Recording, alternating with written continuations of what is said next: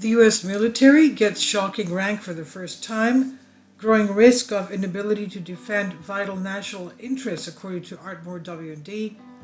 The annual ranking of U.S. military strength has ranked the nation's armed forces as weak for the first time.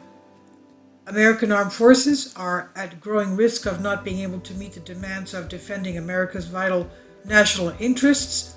This is what the Heritage Foundation's assesses 2023 Index of U.S. Military Strength, the Washington Examiner reports. The index said it is rated as weak relative to the force needed to defend national interests on a global stage against actual challenges in the world, as it is rather than as we wish it were.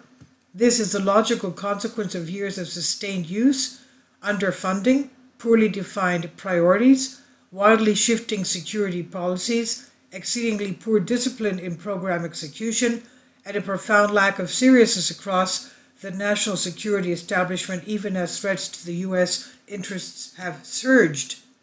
The ranking is based on the overall ability to secure victories in two major conflicts at once in different areas of the world. At the moment, however, the U.S. military may not be able to meet the demands of a single major regional conflict and would be ill-equipped to handle two nearly simultaneous conflicts.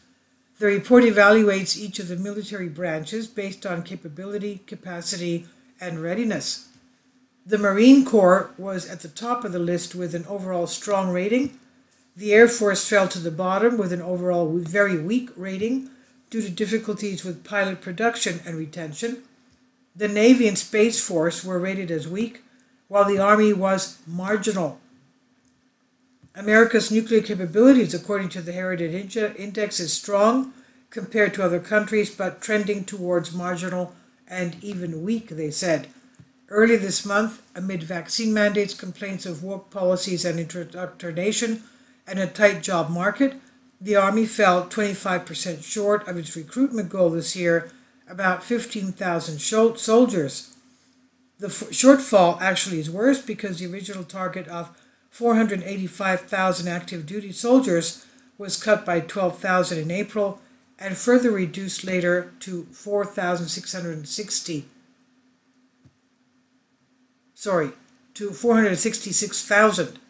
The AP said the worsening problem stirs debate to whether America's fighting force should be restructured or reduced in size if the services cannot recruit enough, and could also put added pressure on the National Guard and Reserve to help meet mission requirements. In the meantime, Breitbart News reports in July the Army training instructs soldiers to shower with transgender members, and even if they have not undergone surgical transition. Army began discharging soldiers who refused to be vaccinated with the experimental COVID vaccine, despite facts that shots have proven to be ineffective. Now, AP said it's unclear how much the debate over COVID vaccine is playing in the recruiting struggles. To date, the Army has discharged more than 1,700 soldiers for refusing the vaccine. Army Secretary Christine Wormuth said the statement to Associated Press that in the Army's most challenging recruiting year since the start of the all-volunteer force, we will only achieve 75% of our fiscal year 22 recruiting goal.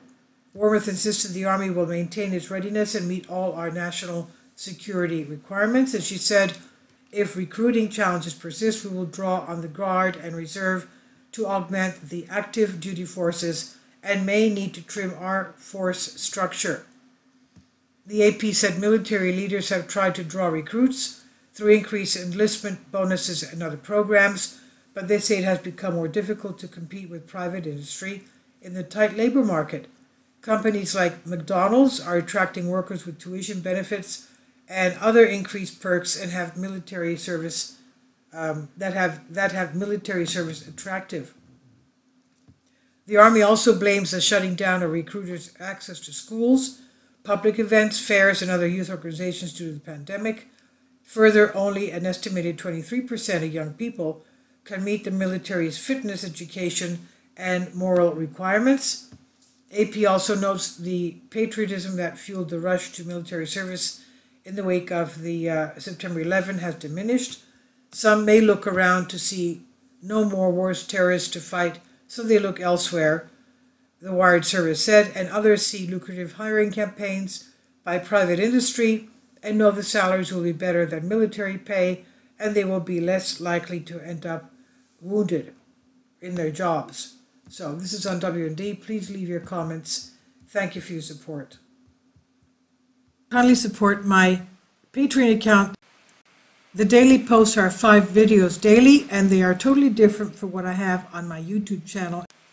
Thank you so much for your support and that you find all my content so interesting. You'll find the Patreon account details in the description box below.